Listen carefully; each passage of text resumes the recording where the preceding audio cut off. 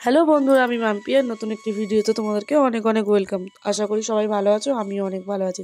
তো এটা ছিল সরস্বতী পুজোর ব্লগ। তো দেখো, সরস্বতী পুজোর দিনে আমি সকাল সকাল স্নান করে চলে এসেছি, কারণ সরস্বতী পুজো রবিবার থেকে পঞ্চমী লেগেছিলো আর আমাদের এখানে পুজোটা হয়েছিল সোমবারে। তো সেই কারণে ভোরবেলা টাইপের উঠেছিলাম, উঠে স্নান করে রেডি হয়ে চলে এসেছি। আর এখানে তোমরা দেখতে পাচ্ছ আমি আমার ছেলের জন্য জল গরম করতে বসিয়ে দিয়েছি, কারণ এত ঠান্ডার মধ্যে ভোরবেলার টাইমটা অনেকটাই ঠান্ডা পড়েছিল, আর এই ঠান্ডার মধ্যে যদি ওকে ঠান্ডা জলে চান করে তাহলে ঠান্ডা লেগে যেতে পারে। তো সেই কারণে ওকে গরম জল করে চান করি। এখানে পাঞ্জাবি পরিয়ে রেডি করে রেখেছি, আর তোমরা দেখো আমার ছেলেকে কেমন লাগছে। কারণ ও পাঞ্জাবি পরে, ও তো সকালবেলা মানে ও ভালো, অনেকটাই ভালো বলতে হয় ওকে, যে ও এত সকালের মধ্যে স্নান করে রেডি হয়ে বসে আছে। তারপর আমরা বেরিয়ে গেলাম আমাদের পাড়ার পুজো মণ্ডপে।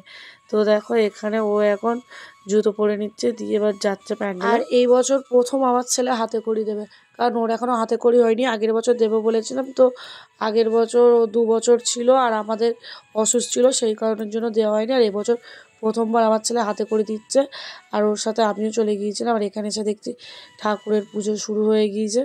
আর আমার ছেলেকে পাঞ্জাবি পরে কেমন লাগছে অবশ্যই কমেন্ট করে জানিও, আর ভিডিওটা ভালো লেগে থাকলে অবশ্যই লাইক করে দিও। আর একবার সবার পুষ্পাঞ্জলি দেওয়ার পর আমরা বসে গিয়েছি, আর এখানে দেখো আমার ছেলে হাতে করে দিচ্ছে।